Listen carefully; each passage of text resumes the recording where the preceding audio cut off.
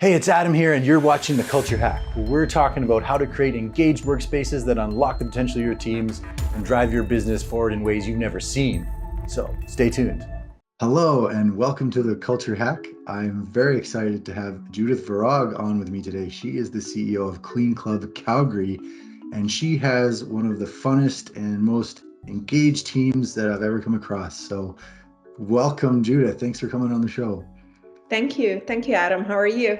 I'm doing really well. I'm super excited to chat again. We actually did an interview last summer when it was nice out, and it was really cool to learn about your business. But for those that are listening that have not heard of Clean Club, tell us about Clean Club. So, Clean Club Calgary is a residential and commercial cleaning company, and we have been in business for over 4 years now. We have a staff of about any given day, 18 to kind of 21, and we have an office person, and then we have a supervisor, and then, of course, myself, and we mostly focus on residential cleaning. Okay, fantastic. And you've got this team of 18. It's a growing team. When we talk about engagement of your team, that's the buzzword that's floating around there these days. But what is it really? What does it mean to you?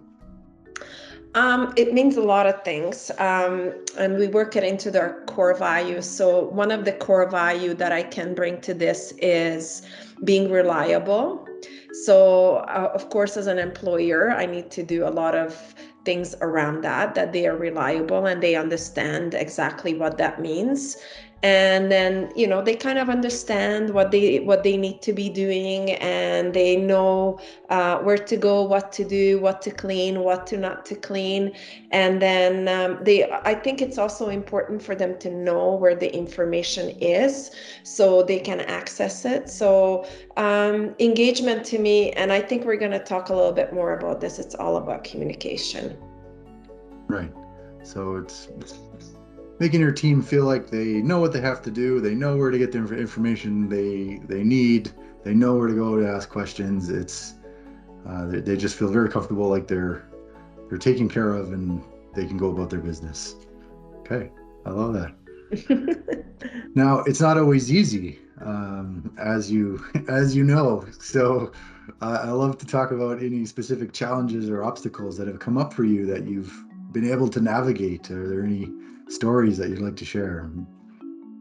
So I think one big one, and I think when I say this, a lot of service companies like me can relate, and not even service companies, because I talk to lawyers and engineers, but the changing workforce. And what I mean by that is the high turnover. I think it really affects engagement because you really try to hone in on this good team, and there's always changes. There's always a new person coming. There's always somebody leaving. There needs to be understanding around why they're leaving and why they are coming. Like I'll give you an example, like, hey, Judith, we're not that busy. Why are you hiring?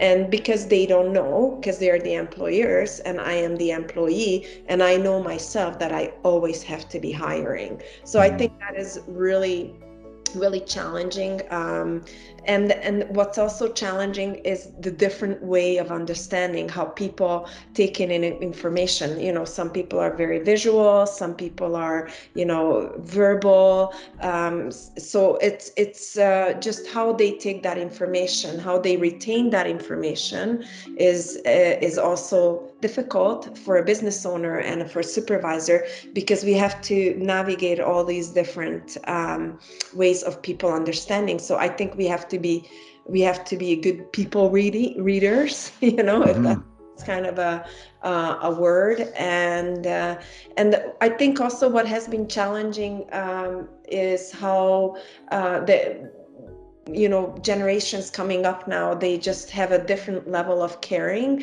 They're more concerned about like my free time, what are you gonna do for me, and things like that. So it's getting harder and harder to have those conversations where you're trying to coach them and trying to teach them, because you really need to make them understand that you try to help them to be better, to give them the tools to succeed on the job, so they don't take offense to that. Mm-hmm. Right.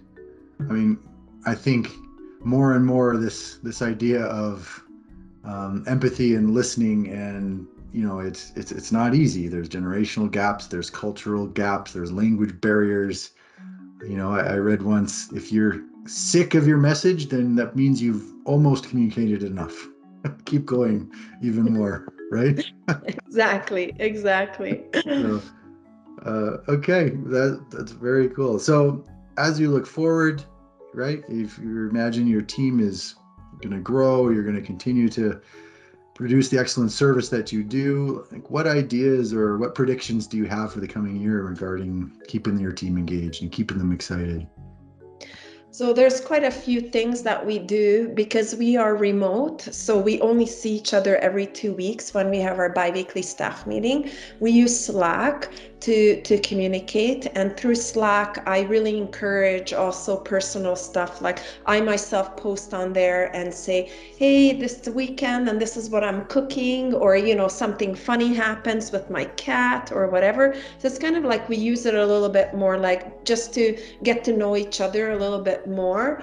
And on the work side, we use Trainual. It's our training program, and we constantly update that. So if there's an update, if something new has come out, then we send it out to the team. And one big one that really, really worked for me this year, and I really recommend this to a lot of business owners, is talking to your team members and finding out what they need, what they're looking for. I'll give you an example. One of my team member, I was working actually with her, and she had shared that her best friend lives in Kelowna. She doesn't get to see her best friend, and how wonderful it would be if they could get together, if she could see her. And I said, well, if she wants to come out here, or if you want to go and visit her, I'll pay for the ticket. And we did, and it was so inexpensive as a business owner, $220. And she took some time off when her friend came to Calgary, and they spent some time together. Another team member, actually, you know him. His mom was coming from his home country, and we just chipped into the ticket. So, because that's what they need, that's what's important to them, right? Mm-hmm. Well, it's just keeping them engaged and keeping them connected to I think to the heart, to the fire of the company, that we care about each other. I love that, because when you care about each other, you feel seen, you feel heard, you feel that like this was important to me and I was struggling, and you helped me and I didn't even have to ask. Like, how amazing, right?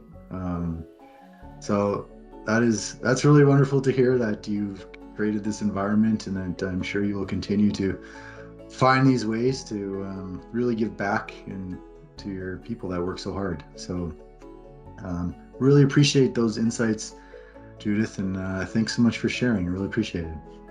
Thank you, Adam. Hey, thanks for watching The Culture Hack. Do you want to chat culture and engagement? Give us a call and come on the show.